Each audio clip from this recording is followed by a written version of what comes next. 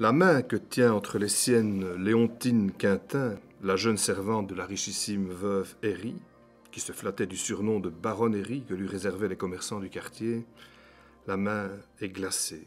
Ce n'est pas le froid de ce petit matin du 26 novembre 1896 qui en est la cause, c'est la mort qui a emporté l'octogénaire. Il est 6h30. Léontine s'était étonnée de ne pas voir sa maîtresse lever la première comme à son habitude. Elle était montée jusqu'au 2e étage. Léontine avait frappé poliment à la porte. Il fallait absolument que madame lui donne les clés permettant d'ouvrir la porte de rue de l'hôtel particulier du 56 de l'Arbre Béni, proche de la place Léopold, aujourd'hui place Ferdinand Koch, pour ouvrir au laitier venu livrer ses bouteilles quotidiennes, même en ce dimanche d'hiver. Léontine Quintin avait poussé un cri. Elle avait appelé à la rescousse le cocher et homme à tout faire, Théophile Valtassel, un simplet, et le fils de la veuve Herry, Léon, encore une fois rentré tardivement d'une sortie dans les cabarets, où il ne se montrait pas indifférent aux accortes aguicheuses. « Monsieur, monsieur, venez vite, madame est morte !» Léon, vaseux, qui n'était rentré qu'à 2h, s'était précipité dans la chambre de sa mère. Il avait constaté que son râtelier se trouvait déposé sur le lavabo, comme d'habitude. La tresse postiche qui rajeunissait la chevelure de la veuve se trouvait à sa place dans le tiroir de la tablette de nuit. « Elle est morte subitement, comme elle le voulait, » voulut se rassurer Léon, qui enjoignit au cocher d'aller quérir le docteur Mercier, le médecin de la famille. « Elle est morte d'embolie, » jugea le médecin, sans avoir égard à la découverte au pied du lit du portefeuille lacéré de la veuve, ou encore de la disparition du coffre-fort de 90 cm de haut et d'un poids de 70 kg qui était dissimulé dans une armoire. Le médecin légiste Croquart, requis sur les lieux par le commissaire Serex, découvrit, en manipulant le corps, que la veuve présentait une ecchymose à la tête. Son cou bleui témoignait de manœuvres de strangulation. L'embolie était devenue, selon le procès-verbal du commissaire Serex adressé au substitut du procureur du roi, Benoît, une suspicion d'assassinat. Dans la rue de l'Arbre Béni, en ce dimanche d'hiver, la foule se pressait devant l'hôtel du crime. Dans les estaminets voisins, les spéculations allaient bon train. On disait que Léon Herry aurait pu trouver avantage dans la mort tant attendue de sa riche mère, lui promettant une rente d'au moins 30 000 francs et les revenus des locations d'immeubles acquis dans le quartier. Il se disait aussi que Léontine, la servante qui avait découvert le cadavre, était trop bien nippée de ses robes amples pour être une femme de bien. Une lectrice du soir confiait à un reporter que l'insécurité du quartier avait même permis le vol de la bicyclette du procureur du roi. Cette dénonciation n'était pas pour déplaire à l'armurière Louis Magis, qui pouvait compter sur des visites plus fréquentes dès le lendemain dans sa boutique de la chaussée d'Ixelles, toute proche. Le juge d'instruction Wellens, averti par télégramme, descendit sur les lieux. Il entendit le fils Herry, Léon, assurer que sa propre sœur pourrait avoir été l'instigatrice du crime. Il se transporta chez la fille Herry, 17 rue Berkmans, pour entendre les mêmes accusations, mais retournées contre son frère. L'un et l'autre purent livrer les numéros de titres que contenait le coffre-fort de la chambre de la défunte. Le soir même, le juge Wellen apprit que ce coffre, ouvert et vidé de ses valeurs, avait été retrouvé en contrebas d'un chemin à Léo-Saint-Pierre. Il fit ramener à la rue de l'Arbre et demanda à un policier de belle constitution de tenter de le descendre du 2e étage. Ce fut un échec. Le poids et la taille du coffre commandaient à coup sûr la collaboration d'au moins 2 personnes, voire 3. Autant de voleurs et d'assassins associés.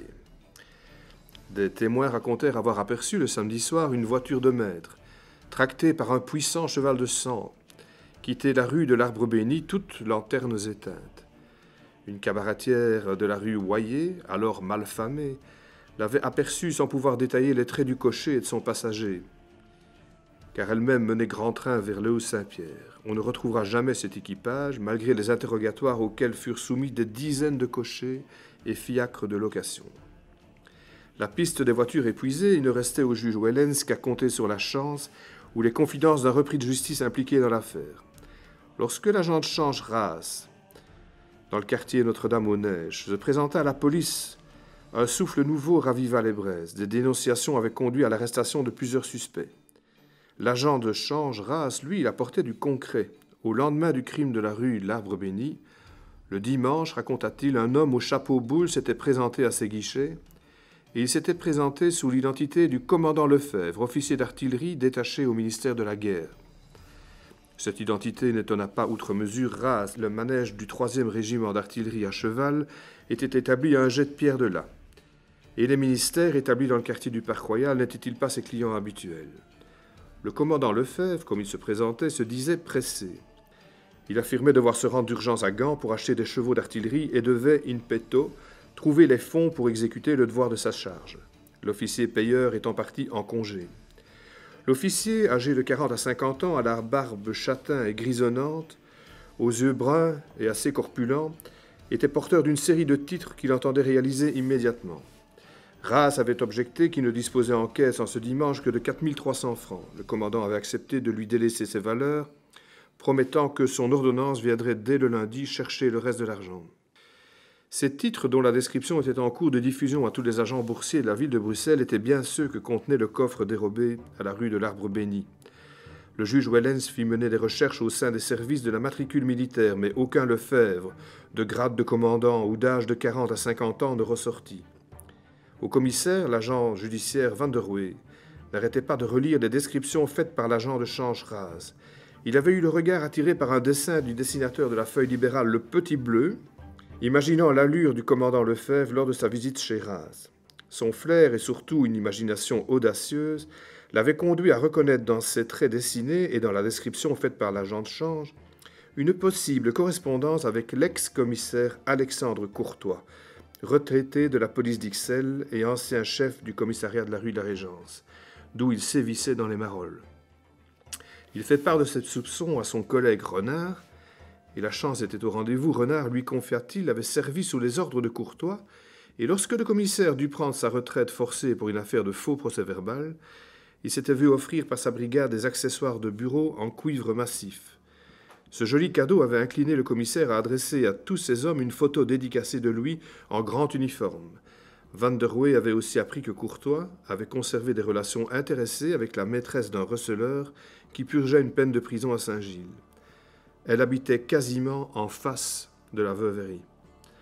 L'agent Van der Wee se précipita chez l'agent de change Raz pour lui présenter cette photo. Il reconnut formellement le fameux commandant Lefebvre. Le juge Wellens tenait sa première piste sérieuse. Il fit arrêter Courtois par l'agent Garot. L'ex-commissaire était ivre. Il prétendait avoir été le jour du crime chez son coiffeur, qu'il appela Herry, confondant le nom de la veuve assassinée avec celui d'Henri, son coiffeur. Il était porteur d'une somme de 500 francs en liquide. La perquisition menée à son domicile de Boondal permit de mettre la main sur une liasse de valeurs, des obligations de la ville de Bruxelles, des actions des usines de Wijkmal, et surtout sur un titre de la dette publique établi au nom de la veuve Herry. Son épouse, qui assurait que le soir du crime, il était resté à la maison pour être allé rendre visite en journée à des paysans du coin, fut contredite par ses propres filles, habilement entreprises par les enquêteurs. L'ex-commissaire protesta, il prétendit que les titres lui avaient été confiés par un Wallon de petite taille, dont il ne se souvenait pas du nom, pour être rapidement négociés. L'étau se resserrait inexorablement sur Alexandre Courtois, qui protestait toujours de son honorabilité. 15 jours après son arrestation, un gardien de la prison des Petits Carmes découvrit dans l'approche de son prisonnier la plus célèbre une paire de boucles d'oreilles qu'il venait de faire passer de la poche de son gilet à la poche de son pantalon. « Je vous supplie de ne pas m'en séparer, c'est un souvenir de ma maîtresse », implora l'ex-commissaire. Le gardien ne s'en laissa pas compter, ces boucles d'oreilles faisaient partie des objets dérobés chez la veuve Herry. Dans les papiers saisis à son domicile de Boondal, on retrouva une carte de visite du gazier Louis Restiaux, porteuse des annotations confondantes Herry, 56, comme le numéro de la rue de l'Arbre Béni. GR, comme garde-robe, l'endroit où se trouvait le coffre. C'est une machination de quelqu'un qui veut me perdre, tenta Courtois face au juge Wellens. Chez Restiaux, surnommé le chevalier Micmac, déjà condamné pour viol et coups et blessures, les policiers saisirent un ciseau à froid dont des experts déterminèrent qu'il était l'outil qui avait servi à fracturer l'armoire contenant le coffre de la veuve Herry. La lame cassée d'un canif était en outre de la même composition que des restes métalliques retrouvés chez Herry. Restiaux avait en outre été vu le lendemain du crime au cabaret des Marolles, le fermier de Diegem, en conciliabule avec Courtois et une autre figure du quartier, Jean de Vos, dit Jan den Boer, marchand de chevaux, loueur de charrettes à caricole et à moules poivrées. Il était aussi le lutteur de foire qui avait introduit à celle du Midi la célèbre et musclée Miss Athletica. Il ne put expliquer la provenance des 1000 francs retrouvés en sa possession, sans doute sa part du butin. Lorsque le procès s'ouvre le 10 mars 1897 au palais de justice de Bruxelles, sous la présidence de Lucien Jamard, on compte plus de 2000 personnes qui se pressent dans la salle des pas perdus, au bout de laquelle se situe alors la cour d'assises. Une porte est arrachée de ses gonds sous la pression de la foule. Les escaliers de la rue des Minimes sont pleins de Maroliens, dont le quartier s'accroche encore au pied du palais Poulart, le Schkive architecte. Le 27 mars, dans l'attente du verdict, la foule se masse dans la rue Winans, par où le convoi des accusés doit sortir. Des complaintes sont vendues. « Courtois, tu es maladroit, tu as tué Madame Méry et tu seras puni. » L'ex-commissaire, pris de violents spasmes, doit être porté par 6 gendarmes lorsqu'il s'entend condamné à mort. Restiaux écope de la même peine au bout de 2 heures de délibération. De Vos est acquitté. 25 gendarmes, sabre au clair, doivent escorter le fourgon cellulaire qui emmène les condamnés. La foule, les courses, boulevard de Waterloo et avenue de la Toison d'Or. La maréchaussée établit un barrage pour mettre un terme à la cavalcade des vociférants. De Vos, acquitté, est accueilli dans les Marolles par une foule qui l'acclame. Son domicile de la rue de la Philanthropie est assailli par ses amis, conduit par les harangues de Zott Louitch, l'une des figures du quartier, qui l'escorte ensuite d'estaminet en estaminet, où Yann de Bourg n'a de cesse de raconter comment il a reçu les hommages du procureur Janssens au prononcé de son acquittement. Il est venu et il a même ôté son chapeau. Le meilleur ennemi du commissaire Courtois, Pitch Snot, de son vrai nom Pierre Danse, était une légende du quartier des Marolles. Il y était connu comme Jeff Porcelainche, et avant eux Lupe Casuel, Wittstrapsche, Stierlip, Pitch Lameigne ou Pitch Cotonette, pour des beuveries insensées qui se terminaient invariablement en bagarre. Il finançait ses excès par son commerce ambulant de pipes et de tabac, mais aussi par le produit du jeu de Bonneteau, le piège à pigeons. Le commissaire Alexandre Courtois le connaissait plus que tout autre marolien. En poste au commissariat de la rue de la Régence, qui avait autorité sur les Marolles, il avait dû plus d'une fois intervenir pour se saisir de Pitch Snot, dont le surnom rendait compte de cette éternelle Snotebelle, la morve, qui pendouillait de ses narines. Pierre Danse comptait à son casier plus d'une quinzaine de condamnations. Courtois partageait avec lui l'excès de boisson. L'amour immodéré de la lambic le faisait traîner dans les estaminets de sa juridiction où il en profitait pour entretenir quelques relations d'affaires. Pitch Snot se vantait de ce qu'il croyait être une amitié intéressée avec le policier. Il avait conçu une grande amertume lorsqu'un soir de 1893, il en était venu aux mains avec Courtois dans un caberdouche. Le commissaire l'avait convoqué le lendemain au poste de la Régente et Pitch Snot avait eu droit à un passage à tabac mais n'avait pas été arrêté. Pierre Danse était sans doute un crétin aviné. Il avait aussi la mémoire de ce qui se disait sur le commissaire des Marolles, ses embrouilles et ses relations douteuses avec des complices informateurs. Il décida de se venger, répandant dans ses estaminets favoris, à la barre de fer, la grappe de raisin ou le fermier de Digham, que Courtois, son ennemi, était impliqué dans l'affaire demeurée mystérieuse du vol des bijoux de la princesse Marie, épouse du comte de Flandre, fille du frère de Léopold II et mère du futur Albert Ier.